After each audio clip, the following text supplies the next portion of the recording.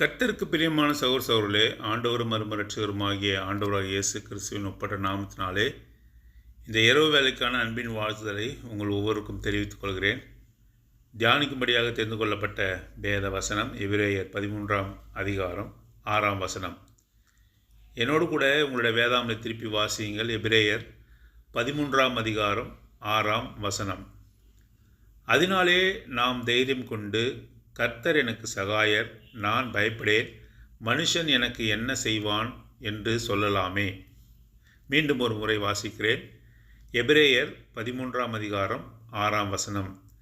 அதனாலே நாம் தைரியம் கொண்டு, கர்த்தர் எனக்கு சகாயர், நான் பயப்படேன், மனுஷன் எனக்கு என்ன செய்வான் என்று சொல்லலாமே. The Lord is my helper, I will not fear what man shall do unto me. தேவன் தாமே இந்த வசனங்களை ஆசீர்வதித்து நம் அனைவரோடு கூட பேசுவாராக. கர்த்தர் எனக்கு சகாயர். தேவாதி தேவனே நமக்கு சகாயராக, உதவி செய்பவராக, ஆபத்து காலத்திலே நம்மை காப்பாற்றுவராக காணப்படுகிறார் என்று சொல்லி இந்த வசனம் நமக்கு விளக்கி காட்டுகிறது. கர்த்தர் எனக்கு சகாயர். கர்த்தர் எனக்கு சகாயராக இருக்கும்பொழுது மனுஷன் எனக்கு என்ன செய்ய முடியும்? எவ்வளவு பெரிய மனுஷன் எனக்கு முன்பாக வந்தாலும், பலம் பொருந்தியவனாக இருந்தாலும், அல்லது வசதி மிக்கவனாக இருந்தாலும், என் பட்சத்தில் 10,000 பேர் விழுந்தாலும் கூட கர்த்தர் என் பக்கத்தில் இருக்கும்பொழுது மனுஷனால் எனக்கு எந்த தீங்கையும் செய்துவிட முடியாது என்று சொல்லி இந்த வசனம் நமக்கு காட்டுகிறது. ஆகவே கர்த்தர் எனக்கு சகாயர். மனுஷனால் எனக்கு ஒன்றும் செய்ய முடியாது. மனுஷன் எந்த தீங்கையும் கூட எனக்கு செய்ய முடியாது என்று இந்த வசனம் மிக தெளிவாக சொல்லுகிறது. ஆகவே சங்கீதம் 121வது சங்கீதம் 1-2 கூட நாம் இதைத்தான் நாம் வாசிக்கிறோம். சங்கீதம் 121 1ஆம் வசனம் 2ஆம் வசனம். எனக்கு ஒத்தாசை வரும் பர்வதங்களுக்கு நேராக கண்களை ஏறெடுக்கிறேன். ஒத்தாசை என்று சொல்லும் பொழுது அதுவும் அங்கே ஹெல்ப் என்று போடப்பட்டிருக்கிறது. அவர் சகாயர், சகாயம் செய்பவரிடத்தில் என்னுடைய கண்களை ஏறெடுக்கிறேன் என்று சொல்லி சங்கீதக்காரன் சொல்கிறார். வானத்தையும் பூமியும் உண்டாக்கின கர்த்தரிடத்திலிருந்து எனக்கு ஒத்தாசை வரும். அவர் யார்? எனக்கு ஒத்தாசை செய்பவர் யார்? வானத்தையும் பூமியும் உண்டாக்கினவர். வானத்தையும் பூமியும் உண்டாக்கின சர்வ வல்ல தேவனிடத்திலிருந்து எனக்கு ஒத்தாசை வரும். எனக்கு உதவி செய்பவர் வானத்தையும் பூமியும் உண்டாக்கின தேவன் என்ற நம்பிக்கையை சங்கீதக்காரன் இங்கே உடையவனாக காணப்படுகிறான். ஆகவே நாம் எதை குறித்தும் நாம் பயப்பட வேண்டிய அவசியமில்லை.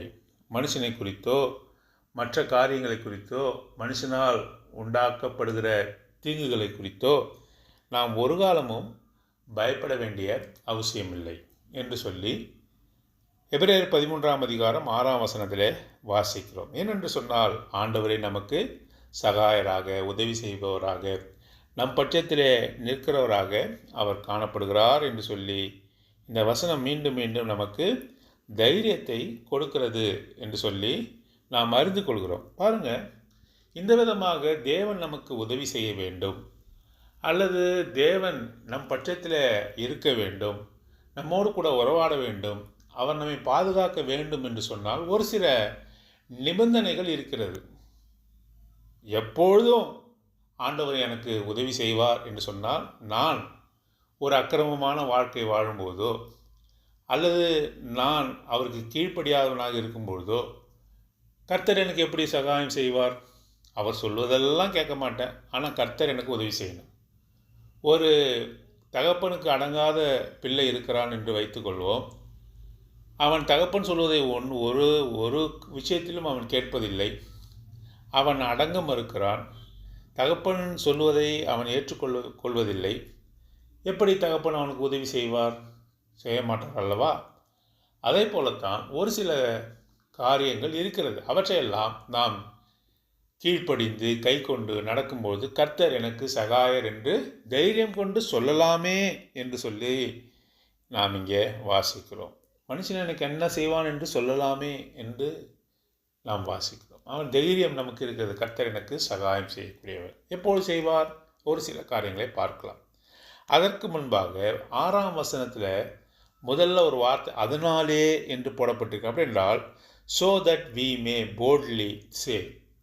ஆகவே முன்பான வசனங்களை பார்க்க வேண்டும். அதனாலே என்றால் முன்பான வசனங்களில் என்ன சொல்லப்பட்டிருக்கிறது, அப்பொழுதுதான் கர்த்தர் எனக்கு சகாயம் செய்ய முடியும் என்பதை நாம் அறிந்து கொள்ளலாம். ஆகவே அதனாலே என்ற வார்த்தை மிக முக்கியமான வார்த்தை.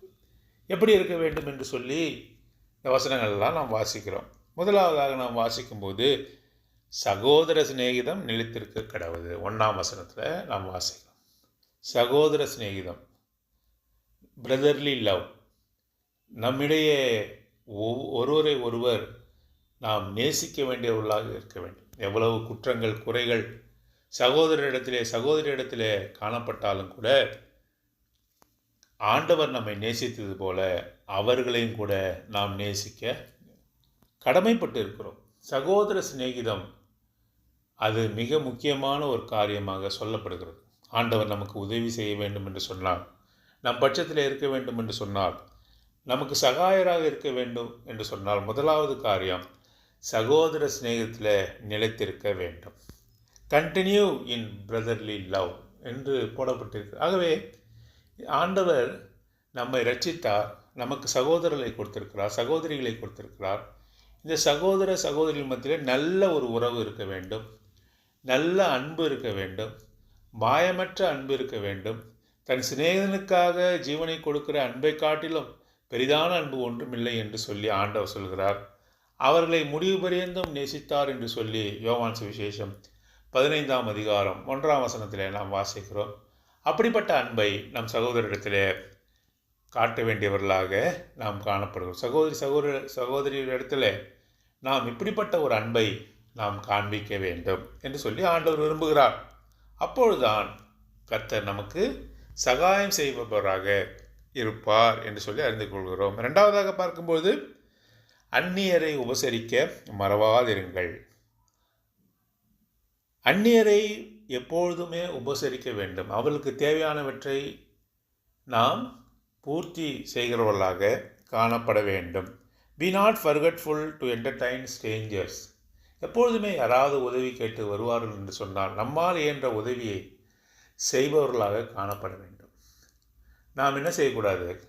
கையை மூடி இறுக்கி வைத்து கொண்டு என்னிடத்தில் ஒன்றுமில்லை என்று சொல்லக்கூடாது. அந்நியரை உபசரிக்க வேண்டும்.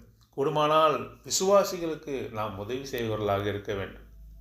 எப்பொழுதுமே மெக்னானிமிட்டி ஆஃப் ஹார்ட், மனதினுடைய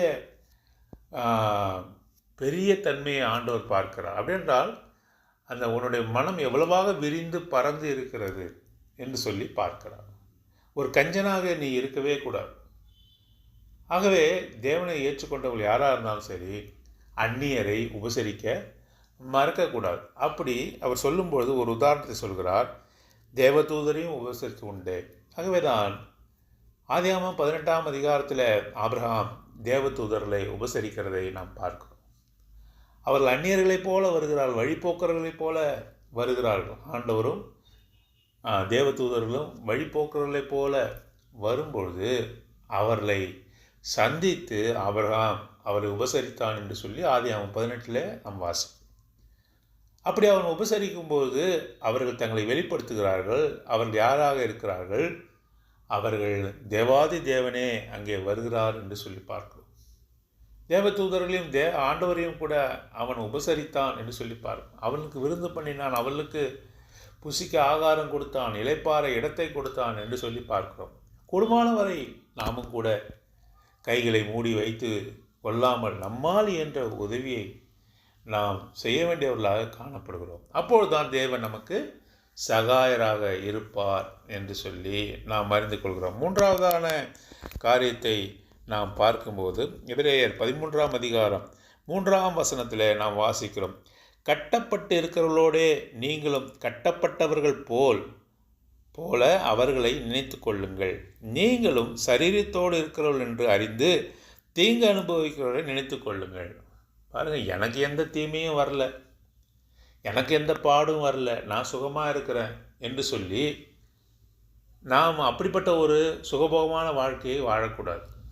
பாருங்கள், கட்டப்பட்டவர்கள் சிறைசாலையில் தேவனுடைய வார்த்தை நிமித்தமாக, தேவனுடைய ஊழியத்தின் நிமித்தமாக, பாடுகள் நிமித்தமாக, வாழ்க்கையில் பல துன்பங்கள் நிமித்தமாக நம்முடைய சகோதர சகோதரிகள் கட்டப்பட்டவர்களாக தீங்கை அனுபவித்து கொண்டு இருக்கும்போது நாம் என்ன செய்யணும்? அவளை நினைத்து கொள்ளணும், அவளுக்கு உதவி செய்யணும்.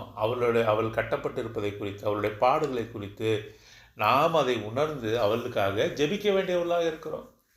பாருங்கள், அந்த உதாரணம் தெளிவாக சொல்கிறாரு. என்ன சொல்கிறாரு? நீங்களும் சரீரத்தில் இருக்கிறீர்கள், அவர்களும் சரீரத்தில் இருக்கிறார்கள். அவளுக்கு வந்த உபத்திரம் உங்களுக்கும் வரக்கூடும். ஒரே நிமிஷம் எல்லாவற்றையும் மாற்ற வல்லவர். அவர்களுக்கு தானே அப்படி நடக்குது, எனக்கு ஒன்று என்னுடைய வாழ்க்கை நன்றாக இருக்கிறதே என்று சொல்லி நாம் பெருமையோடு நாம் நம்மளுடைய ஜீவியத்தை நடத்தக்கூடாது. பாருங்கள், கட்டப்பட்டவர்களுக்காக பாடுகளை தீங்குகளை அனுபவிக்கிறவர்களுக்காக நாம் என்ன செய்யணும்? அவர்களுக்காக பரிதவிக்கணும், கூடுமான வரை உதவி செய்யணும். மாத்திரமல்லாமல் அவர்களுக்காக ஜெபம் பண்ண வேண்டியவர்களாக இருக்கிறோம். ஆகவே நீங்களும் கூட சரீரத்தில் இருக்கிறீர்கள், அவர்கள் வந்த பாடு உங்களுக்கு வர முடியும் என்று சொல்லி இங்கே உணர்த்தப்படுகிறோம். ஆகவே தான் நமக்கு தேவன் சகாயராக இருக்க வேண்டும் என்று சொன்னால் முதலாவதாக சகோதர சிநேகத்தில் உயர்ந்து இருக்க வேண்டும். இரண்டாவதாக பார்க்கும்பொழுது அந்நியரை உபசரிக்க ஒரு நாளும் மறக்கக்கூடாது.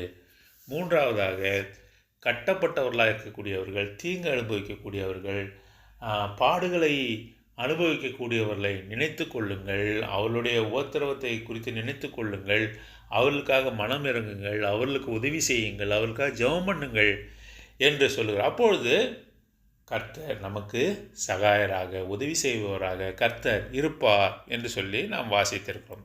நான்காவதாக முக்கியமாக சொல்கிறார், விவாகத்தை குறித்து சொல்கிறார், திருமணத்தை குறித்து சொல்கிறார். விவாக மஞ்சம் அது அசூசிப்படாத இருப்பதாக. விவாகம் யாவருக்குள்ளும் கனமுடையது. விவாகம் திருமணத்தில் இணைக்கப்பட்டவர்கள் அதை ஹானர் பண்ணணும், அதை மதித்து நடக்கணும், ஒருவருக்கொருவர் புரிந்து கொண்டு அதை மதித்து நடக்கணும். ஆண்டவரே உண்டு பண்ண திருமணம், ஆண்டவரே உண்டு பண்ண அது ஒரு விவாகமாக இருக்கிறது. ஆகவே அதை கனப்படுத்தணும். ஆகவே அநேக மனதிலே மற்ற காரியங்களுக்கு நம்ம என்ன செய்யக்கூடாது? இடமளிக்கக்கூடாது. லஸ்ட்ஃபுல் திங்கிங், அதாவது பாவ இச்சைகளுக்கு நம்முடைய சரீரத்தை ஒப்பு கொடுக்கக்கூடாது. விவாகத்தில் இணைக்கப்பட்டு இருக்கும்போது ஒருவருக்கொருவர் உண்மையாக இருக்கணும். ஒருவருக்கொருவர் உண்மையாக, கணவன் மனைவிக்கு உண்மையாக இருக்கணும், மனைவி கணவனுக்கு உண்மையாக இருக்கணும். அவர்களுக்குள்ளாக சந்தேகம் வரக்கூடாது. அவர்கள் அந்த விதமான ஒரு ஐக்கியத்துக்குள்ளாக காணப்படணும். ஆகவே அந்த மஞ்சமானது அசூசிப்படக்கூடாது. பாருங்கள், நல்ல ஐக்கியம் இருக்க வேண்டும், ஒருவரை ஒருவர் ஏமாற்றக்கூடாது. அந்த திருமண பந்தத்தை அவர்கள் என்ன செய்யணும்? கனப்படுத்துகிறவர்களாக காணப்படணும். இந்த காரியமானது இந்த உலகத்தில் இப்பொழுது பெரிதாக எடுத்துக்கொள்ளப்படவில்லை. சட்டங்கள் எல்லாம் மாறிவிட்டன. யார் யாரெல்லாம் இஷ்டமாக இருக்கிறதோ அவர்கள் சம்மதித்தால் அப்படி வைத்து கொள்ளலாம் என்று சொல்லி சட்ட பிரமாணங்கள்லாம் வந்துவிட்டது.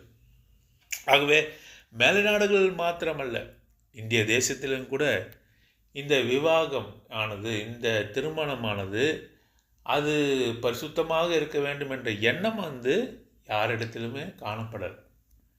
யாரிடத்திலுமே காணப்படலை. அவர் ஆம்பளை அப்படி தான் இருப்பார் என்று சொல்கிறார். ஆகவே அவர்களுக்கு அந்த விவாகத்தை குறித்து, அந்த பரிசுத்தத்தை குறித்ததான ஞானமோ அதை குறித்தான விழிப்புணர்வோ இல்லை. ஆண்டவர் தெளிவாக சொல்கிறார், விவாகம் யாவருக்குள்ளும் கனமுள்ளதாக இருக்கிறது. மாத்திரமல்லாமல் பாருங்கள், அது அசூசிப்படாமல் பார்த்து ஒருவருக்கொருவர் என்ன பண்ணக்கூடாது? அதை கெடுத்து போடக்கூடாது. ஒருவருக்கொருவர் உண்மையாக இருக்கணும். அப்பொழுது தேவன் நமக்கு சகாயம் செய்பவராக இருக்கிறார். அடுத்த காரியத்தை சொல்லும்போது, நீங்கள் பண ஆசை இல்லாதவர்களாய் நடந்து உங்களுக்கு இருக்கிறவைகள் போதும் என்று எண்ணுங்கள். பாருங்கள், அடுத்த காரியமாக சொல்கிறார், பண ஆசை இல்லாமல் இருக்கிறது போதும். அதிகமாக நம்ம தேட வேண்டிய அவசியம் இல்லை. வாழ்க்கை கொஞ்ச நாள் தான்.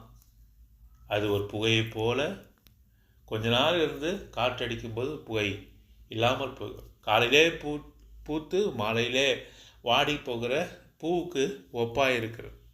மனுஷனுடைய வாழ்க்கையானது ரொம்ப ரொம்ப குறைவான நாட்கள். அதில் இருக்கிறவர்களை வைத்து சந்தோஷமாக இருக்க வேண்டும் என்று ஆண்டவர் விரும்புகிறார். இருக்கிறவர்களை வைத்து நாம் நம்மை சந்தோஷப்படுத்தி கொண்டு மற்றவர்களையும் நம்மை சுற்றி இருக்கிறவர்களையும் சந்தோஷப்படுத்தி அப்படியாக ஒரு வாழ்க்கையை நாம் அமைத்து கொள்ள வேண்டும். பண ஆசை இல்லாதவர்கள், பண ஆசை எல்லாத்தையுமேக்கும் வேறாக இருக்கிறது என்று சொல்லி வேதாந்தத்தில் நாம் வாசிக்கிறோம். ஆகவே நாம் அதிகமாக சேர்க்க வேண்டும், அதிகமாக நாம் சேர்த்து வைக்க வேண்டும் என்று சொல்லி நாம் ஆசைப்படாமல் அந்த விண்ணுலகத்தில், அந்த தேவனுடைய ராஜ்யத்தில் நமக்கு பொக்கிஷங்களை சேர்த்து வைக்கிறவர்களாக நாம் காணப்பட வேண்டும் என்று ஆண்டவர் விரும்புகிறார். ஆகவே பணம் தேவைத்தான், ஆனால் அதன் மீது ஒரு ஆசை இருக்கக்கூடாது. போதும் என்ற மனது நமக்கு இருக்க வேண்டும். மேலும் மேலும் மேலும் சேர்க்க வேண்டும், மேலும் மேலும் நம்ம பணத்தை சேர்க்க வேண்டும் என்ற புறஜாதிகளுக்கு இருக்கிற ஆசையை போல நமக்கு இருக்கக்கூடாது. அதற்கு பணமே இல்லாமல் இருக்க வேண்டும் என்று ஆண்டவர் ஒரு நாளும் சொல்லலை. பணம் இருக்க வேண்டும், ஆனாலும் கூட அதன் மீது ஒரு ஆசை, பற்று, அதிகமாக சேர்க்க வேண்டும் என்று ஆண்டவர் ஒரு நாளும் சொல்வதில்லை. பாருங்கள், நம்ம கேள்விப்பட்ட ஒரு காரியம்தான், கண்டிப்பாக நம்ம சாப்பிட தான் வேண்டும் இல்லையா? கண்டிப்பாக சரீரத்துக்கு தேவையான உணவை நாம் எடுத்துக்கொள்ள வேண்டும். ஆனாலும் பெருந்திண்டி பாவம். பெருந்திண்டி என்று சொன்னால் அலைந்து கட்டி கொண்டு சாப்பிடுவது, எல்லாவற்றையும் சேர்த்து வைத்து கொண்டு சாப்பிடுவது, நன்றாக சுகபோகமாக சாப்பிடுவது, அது பாவம். பெருந்திண்டி பாவம். அலைந்து கட்டி கொண்டு சாப்பிடுவது, இந்த மாதிரியான காரியங்கள் பாவம். அதுக்காக சாப்பிடாமல் இருக்க முடியுமா? இல்லை. சரீரத்துக்கு தேவையானவற்றை நாம் எடுத்துக்கொள்வதில் எந்த விதமான தவறும் இல்லை. ஆனால் பெருந்தண்டி பாவம். பணம் சேர்ப்பதே தவறு கிடையாது. ஆனால் பணத்தாசை பணத்தின் மீது ஒரு ஆசை, ஒரு வெறி இருப்பது, அது பாவம். ஆகவே பணத்தாசை நமக்கு உடையவர்களாக இருந்து அதிகமான பணங்களையும் சொத்துக்களையும் சேர்க்கணும் என்று சொல்லி விரும்புகிறவர்களுக்கு தேவன் ஒரு நாளும் ஒத்தாசை செய்ய மாட்டார். தேவனுடைய ஒத்தாசை வேண்டுமென்றால், தேவனுடைய ஒத்தாசை வேண்டுமென்றால் இந்த காரியங்கள் மிக மிக முக்கியம். ஆகவே தான் நாம் இதில் நம்ம பார்த்தோம். என்னென்ன காரியங்களை பார்த்தோம்? இதுவரை எந்த காரியங்களை பார்த்தோம்? முதலாவதாக சகோதர சிநேகத்தில் உத்தமமாக இருக்கணும். சகோதர சிநேகம் அது அறுபடக்கூடாது. சகோதர சிநேகம் அது மேலும் வளரணும். இரண்டாவதாக நாம் பார்க்கும்பொழுது அந்நியரை கூடுமானவரை நாம் என்ன செய்யணும்? உபசரிக்கணும். நம்மால் இயன்ற உதவியை செய்யணும். கையை மூடி வைத்து கொண்டு எப்படியாவது போ என்று நாம் சொல்லக்கூடாது. ஆகவே நம்ம உபசரிக்க வேண்டியவர்களாக இருக்கிறோம். மூன்றாவது காரியம், கட்டப்பட்டவர்களை, அதே போல் கஷ்டங்களிலே பாடுகளிலே கடந்து போகிறவர்களை குறித்து நினைத்து கொள்ளுங்கள். நீங்களும் கூட அப்படிப்பட்ட சூழ்நிலைக்குள்ளாக கடந்து போகக்கூடியவர்களாக இருக்கு. ஏனென்றால் நீங்களும் சரீரத்தில் இருக்கிறீர்கள், உங்களுக்கு அந்த பாடு வரக்கூடும். ஆகவே அவர்களுக்குத்தான் வந்தது, நமக்கு வராது என்று நினைத்து கொண்டு இராதீர்கள். அவர்களைப் போல அவருக்கு எந்த பாடுகள் இருக்கிறதோ அந்த பாடுகளை குறித்து நீங்கள் வருத்தப்பட்டு அதற்காக ஜெபிக்க வேண்டியவர்களாக, கூடுமானால் உதவி செய்யக்கூடியவர்களாக நீ காணப்பட வேண்டும் என்று சொல்லி ஆண்டவர் விரும்புகிறார். மாத்திரமல்லாமல் விவாகம் யாவருக்குள்ளும் கனமுள்ளதாக இருக்கிறது. ஆகவே கணவன் மனைவி ஒரு நாளும் என்ன செய்யக்கூடாது? துரோகம் செய்யக்கூடாது. ஒருவருக்கொருவர் என்ன செய்யணும்?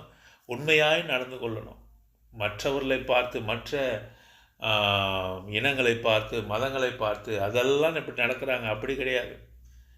ஆண்டவர் நியமித்த, ஆண்டவருக்கு முன்பாக வாக்கு கொடுத்த காரியங்களிலே உண்மையாக காணப்பட வேண்டும் என்று சொல்லி ஆண்டவர் விரும்புகிறார். அடுத்த காரியம், பணத்தாசை இல்லாமல் பண ஆசை இல்லாதவர்களாக இருக்க வேண்டும் என்று சொல்லி ஆண்டவர் விரும்புகிறார். அது மாத்திரமல்லாமல் 7வது வசனம், தேவ வசனத்தை உங்களுக்கு போதித்து உங்களை நடத்தினவர்களை நீங்கள் நினைத்து அவர்களுடைய நடக்கையின் முடிவை நன்றாய் சிந்தித்து அவருடைய விசுவாசத்தை பின்பற்றுங்கள். உங்களை வழிநடத்துகிறவர், உங்களுக்கு போதனை செய்வர், போதித்து வழிநடத்துகிறவர், இப்படி நடக்க வேண்டும், இப்படி செய்ய வேண்டும் என்று சொல்லி தேவனுடைய வசனத்தை பகுத்தாய்ந்து உங்களுக்கு சொல்லி அவருடைய வழியிலே நடத்துகிறவருடைய வழிகளை நினைத்து, நடக்கையின் முடிவை நினைத்து அவர்களுக்கு உத்தமமாக நடக்கிறார்களா, ஆண்டவருக்கு பிரியமுள்ளவர்களாக இருக்கிறார்களா என்று சொல்லி அவருடைய வழி, நடக்கை, அவருடைய முடிவு எல்லாவற்றையும் ஆராய்ந்து அறிந்து அவர்களை கூட நீங்கள் பின்பற்றவர்களாக இருக்க வேண்டும் என்று சொல்லி ஆண்டவர் நமக்கு போதிக்கிறார். 9வது வசனத்தில் நாம் பார்க்கிறோம் கடைசியாக, பலவிதமான அந்நிய போதனைகளால் அலைப்புண்டு தெரியாதிருங்கள். போஜன பதார்த்தங்களால் அல்ல, கிருபையினாலே இருதயம் ஸ்திரப்படுகிறது நல்லது. போஜன பதார்த்தங்களில் முயற்சி செய்கிறவர்கள் பலனடையவில்லையே. உலக பிரகாரமான காரியத்தை ஒருவன் போதனையே செய்கிறான் என்று சொன்னால், உலக பிரகாரமான காரியங்கள், இந்த வேர்ல்ட்லி அஃபேர்ஸ், இந்த உலகத்துக்கு உரிய காரியங்களை ஒருவன் போதனை செய்வான் என்று சொன்னால் அதனால் ஒரு பிரயோஜனமும் இல்லை, சரீரத்துக்கு பிரயோஜனம் இல்லை என்று சொல்கிறார். இருதயம் எதனாலே அங்கே ஸ்திரப்படுகிறது, உறுதிப்படுகிறது? கிருபையினாலே உறுதிப்படுகிறது. பாருங்கள், கிருபை பொருந்திய வார்த்தையை பேசுகிறது யார் என்று சொல்லி பார்க்க வேண்டும். பலவிதமான போதனைகளை நம்ம கேட்கணும், பலவிதமான அவர் மிக அருமையாக பேசுகிறார், இவர் அருமையாக பேசுகிறார், அப்படி அல்ல. தேவனுடைய வார்த்தை யார் சரியாக பேசுகிறார்? இருதயம் எதனாலே குணப்படுகிறது, நமது இருதயம் எதனால் சுத்தப்படுகிறது என்று சொல்லி நிதானித்து அறிந்து அவர்களை பின்பற்றுவதாக காணப்பட வேண்டும். ஆகவே இந்த காரியங்கள்லாம் நம்ம பார்த்தோம். இந்த காரியங்களில் நாம் உறுதியாக இருந்து அதன்படி கீழ்ப்படிந்து நடக்கிறவர்களாக இருந்தால் அப்போ தான் இந்த 6வது வசனம் நமக்கு அது பயன்படும். 6வது வசனம் நம்மளுடைய வாழ்க்கையிலே செயல்படுத்தப்படும். 6வது வசனம் என்ன சொல்கிறது? அதனாலே நாம் தைரியம் கொண்டு கர்த்தர் எனக்கு சகாயர், நான் பயப்படேன், மனுஷன் எனக்கு என்ன செய்வான் என்று சொல்லலாமே. கர்த்தர் எனக்கு சகாயர், கர்த்தர் தான் எனக்கு உதவி செய்யக்கூடியவர், நான் மனுஷனுக்கு பயப்பட மாட்டேன் என்று எப்போ சொல்ல முடியும்? இந்த விதமான காரியங்கள் உன்னுடைய வாழ்க்கையில் இருக்கணும். ஆகவே தான் 6ஆம் வசனத்தில் முதல் வார்த்தையை வாசிக்கிறோம். அதனாலே என்று சொன்னால் முன்னாலும் பின்பான வசனங்களை நாம் பார்க்கணும். எப்போ ஆண்டவர் நமக்கு உதவி செய்வார்? மிக சுருக்கமாக, ரத்தன சுருக்கமாக எப்போது நமக்கு ஆண்டவர் உதவி செய்வார்? முதலாவதாக சகோதர சிநேகத்தில் நிலைத்திருக்க வேண்டும். 2வதாக அந்நியரை உபசரிக்க மறக்கக்கூடாது. நம்மால் இயன்ற உதவியை செய்யணும். நம்ம எப்போவுமே கையை சுருக்கி வைத்து கொண்டு நம்முடைய நிலத்தை பார்த்து கொண்டு இருக்கக்கூடாது. 3வதாக நாம் பார்க்கும்போது கட்டப்பட்டவர்கள், உபத்திரவம் வழியாக போகிறவர்களை நினைத்து கொள்ள வேண்டும், அவர்களுக்காக ஜெபம் பண்ண வேண்டும், அவர்களுக்காக இறங்க வேண்டும், அவர்களுக்கு உதவி செய்ய வேண்டும். ஏனென்று சொன்னால் நாமும் கூட சரீரத்தில் இருக்கிறோம், நமக்கு இப்படிப்பட்ட பாடுகள் வரக்கூடும். அதற்காக அவர்களுக்காக, கட்டப்பட்டவர்களுக்காக, உபத்திரவப்படுவர்களுக்காக, பல்வேறு விதமான சோதனைகளுக்குள்ளாக போகிறவர்களுக்காக நாம் ஜெபிக்க வேண்டியவர்களாக காணப்பட வேண்டும். 4வது விவாகம், மிக முக்கியமான காரியம். கணவன் மனைவி விசுவாசிகளாக இருக்கும்பொழுது அங்கே துரோகம் செய்யக்கூடாது. பாருங்கள், மனைவி ரட்சிக்கப்படாத இருந்தால் கூட, கணவன் ரட்சிக்கப்படாத இருந்தாலும் கூட அங்கே என்ன செய்யக்கூடாது? ஒருவருக்கு ஒருவர் துரோகம் செய்யக்கூடாது. கொடுத்த வாக்கை நிறைவேற்றணும், உண்மையாக இருக்கணும், ஒருவருக்கு ஒருவர் உண்மையாக இருக்க வேண்டும் என்பது 4வது காரியமாக இருக்கிறது. 5வது காரியம், நீங்கள் பணத்தாசை இல்லாதவர்களாக இருங்கள். பணத்தாசை இல்லாதவர்களாக நீங்கள் இருங்கள். இருக்கிறவர்கள் போதும் என்று நீங்கள் அதிலே வாழ கற்றுக்கொள்ளுங்கள் என்று அவர் சொல்லுகிறார். 6வதாக நாம் பார்க்கும்போது தேவ வசனத்தை உங்களுக்கு போதித்து உங்களை நடத்தினவர்களை நினைத்து கொள்ளுங்கள். அவர்களுடைய வாழ்க்கையை நினைத்து கொள்ளுங்கள். உங்களுக்கு போதனை செய்கிறவர்கள், உங்களை வழிநடத்தவர்களை எப்பொழுதுமே நினைத்துக்கொள்ள, அவர்களுடைய முடிவை பாருங்கள், அவருடைய வாழ்க்கையை பாருங்கள். அது நேர்மையானதாக, கர்த்தருக்கு பிரியமானதாக இருக்கும்பொழுது அதன்படி நடவுங்கள். அவர்கள் சொல்லுகிறதை கேளுங்கள், கீழ்ப்படியுங்கள் என்று சொல்லுகிறார். 7வது காரியமாக, எனக்கு அங்கே அதிக நல்ல வசனம் கொடுக்குறாங்க, இங்கே கொடுக்குறாங்க, அப்படிப்பட்ட அலசடிப்புக்குள்ளாக நாம் போகக்கூடாது என்று சொல்லி நாம் 9ஆம் வசனத்தில் பார்க்கிறோம். பலவிதமான அந்நிய போதனைகளால் அலைப்புண்டு தெரியாதிருங்கள் என்று சொல்வார். கிருபையினாலே இருதயம் ஸ்திரப்படும். இருதயம் குணமாக்கப்பட வேண்டும். இருதயமானது விருத்த சேதனம் பண்ணப்பட வேண்டும். இருதயத்துக்கேற்ற வசனத்தை யார் கொடுக்கிறார்கள்? சரீரத்துக்கேற்ற வசனம் அல்ல, இருதயத்துக்கேற்ற வசனத்தை யார் கொடுக்கிறார்கள் என்று சொல்லி ஆராய்ந்து அறிந்து அதன்படி நடங்கள் என்று சொல்லி நடவுங்கள் என்று 7 காரியங்களை இங்கே சொல்லப்பட்டு இருக்கிறது. பரிசுத்த ஆவியானவர் நமக்கு சொல்லுகிறார். இந்த 7 காரியத்தை அறிந்து கீழ்ப்படிந்து நடக்கிறவர்கள் தான் இந்த 6ஆம் வசனம் செயல்படும். இந்த 6ஆம் வசனம் என்ன சொல்கிறது? அதனாலே மீண்டும் நான் வாசிக்கிறேன். அதனாலே நாம் தைரியம் கொண்டு கர்த்தர் எனக்கு சகாயர். மனுஷன் எனக்கு என்ன செய்வான் என்று சொல்லலாமே. கர்த்தர் நமக்கு சகாயம் செய்ய வேண்டுமா? எனக்கு ஒத்தாசை வரும் பர்வதத்திலிருந்து வானத்தையும் பூமியையும் உண்டாக்கின கர்த்தரிடத்திலிருந்து எனக்கு ஒத்தாசை வரும் என்று தைரியமாக நம்மளால் சொல்ல முடியுமா? எப்போ சொல்ல முடியும்? இந்த 7 காரியங்கள் நம்முடைய வாழ்க்கையில் காணப்படும் பொழுது கர்த்தர் எனக்கு மெய்யாகவே உண்மையாகவே என்னை கைவிட மாட்டார், அவர் எனக்கு ஒத்தாசை செய்வார் என்று சொல்லி தைரியமாக அவரை நம்பி இருக்கலாம். ஆகவே கர்த்தர் தாமே இவற்றையெல்லாம் நமக்கு ஞாபகப்படுத்தி இருக்கிறார். இவற்றின்படி எங்கே நாம் குறைவுபட்டிருக்கிறோம் என்று ஆராய்ந்து அறிந்து அதை விட்டு பரிபூர்ண தத்துவத்துக்குள்ளாக வந்து கர்த்தர் எனக்கு சகாயர் என்று தைரியமாக நாம் சொல்ல தேவன் தாமே நமக்கு உதவி செய்வாராக. ஆமென்.